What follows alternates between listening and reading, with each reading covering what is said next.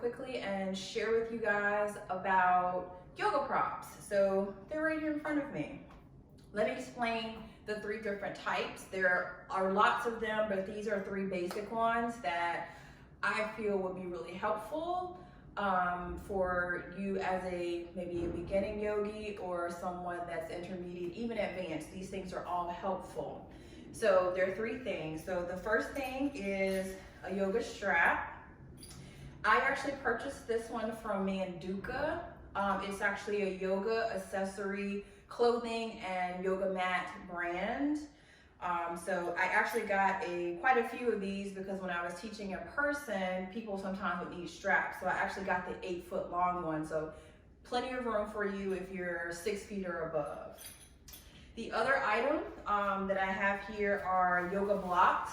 I purchased these from a company called Rehut. They were relatively inexpensive. They were probably about $6 for $6 or $7 for these 2. One of the things that I like about these yoga blocks is that they're pretty soft. They're solid, but they're not hard like a cork yoga block or a block that actually is made of just 100% wood. So these give you a little bit of flexibility, especially if you're sweating or if you really just need to kind of have a little bit of cushion with what you're doing with them. And last but not least, this is what's called a yoga bolster.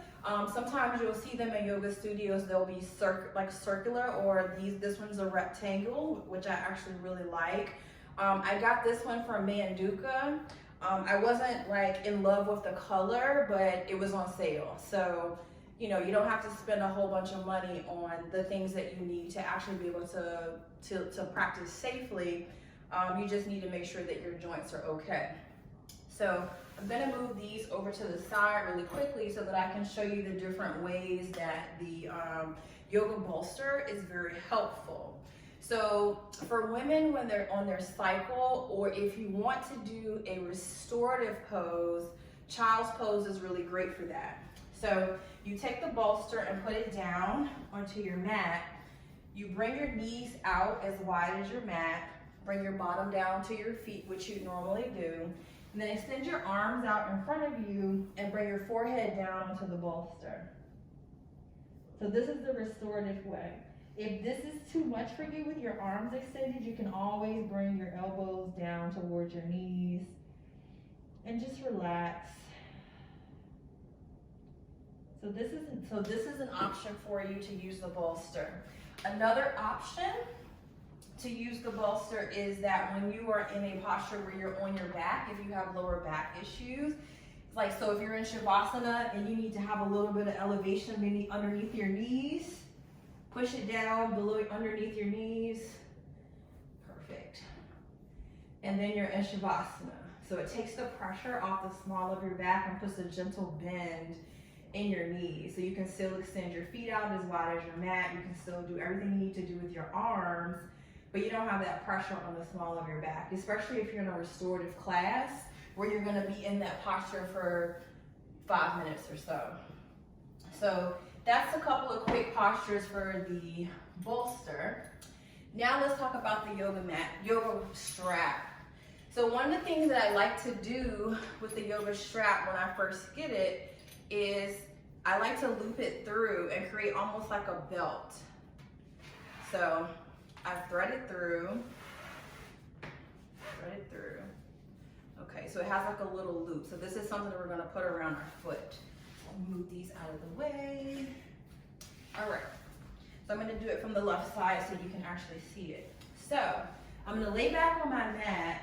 I have the strap on the ball of my foot, but it's also a great way for me to bring a stretch into my hamstrings. So if you keep your knee up and the sole of your foot onto your mat, it actually allows both of your hip bones or your glutes to actually be on your mat, and then you can bring your leg back towards you. The more that you go towards your foot to pull it, the more of a stretch that you'll actually get. So if you want to release some of that stretch, release the strap back. Let gravity do a lot of the work for you. So if you're trying to bring your leg this way, sometimes you can do gentle pulses to kind of like wake up that muscle. Also should feel really nice. Another way that I use the strap is that if I am trying to open up my hip flexor, I will bring my leg out to the side. And notice I'm holding the strap, and you release it a little bit more. Focus on keeping your glute and the sole of your foot down on the mat. You can also bring your arm out and just allow the gravity to pull your leg down towards the floor. This is really great for your hip flexor. If you have any injuries, please don't do this. Please consult with your doctor to make sure that it's safe. So this is one of my favorites to do, and sometimes you hear a little pop. That's because you need to stretch it out. So another thing that you can do with this strap, I like to use it during supine twists sometimes as well. So what I usually do with the strap though is that you bend your knee in towards your chest. I pull this strap in to help get a better stretch into my glutes and to bring that knee in a little bit closer. So if I pull it in and I extend my foot out a little bit towards where my right armpit would be, it's gonna actually open my hip flexor just a bit more. So, and then the traditional supine twist, you just bring your body over, bring your shoulder down to the mat, extend your arm out if you need to, or bring it down to your side, but really focus on trying to keep your shoulder down on your mat. All right, so that's how you can use your yoga strap for supine twist and to do some stretching. All right, so now yoga blocks. So if you are sitting in an easy seat and you want to bring the earth up to you a little bit more, crisscross your legs. Maybe you're able to be a little bit more flexible, and you can actually move a little bit more into lotus pose. My hips are a little tight, but you get the idea. This knee is up a little higher.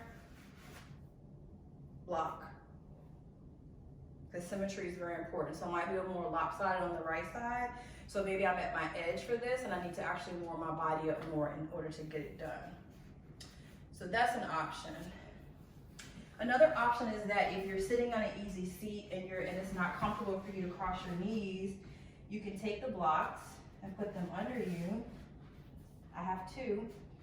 Bring them underneath your glutes. Bring your feet from either side. So I think I did this pose on my IG page where I had my hands here. My big toes were touching for thunderbolt pose. This is a really great way to get your body accustomed to being in a kneeling position where there's not as much pressure on your knees and you also don't have your bottom towards your toes. So this is a great option for that. All right, so last but not least, I have one more pose for you, blocks. All right, so a lot of people have challenges with downward facing dog. I bring the blocks up towards the edge of my mat, well, not quite to the edge, okay? So if you notice, because if you have wrist pain, my wrists are on the edge of this block, okay? So that takes a lot of the pressure off of my full joint being on my wrist. So I flip my feet under, push my hips back. Maybe you shorten your stance. Again, my hamstrings are really tight because I've been sitting down all day. Maybe you pedal your feet out. Maybe you bend your knees. Maybe you can press the blocks out just a bit more. Maybe you don't need them at all after a while. But those are a couple of options for you. So I wanted to come on and actually talk to you guys about yoga props. So we had yoga blocks, yoga strap, and a yoga bolster. So share with me in the comments if you found this content to be helpful, and if you have any questions, please feel free to reach out to me.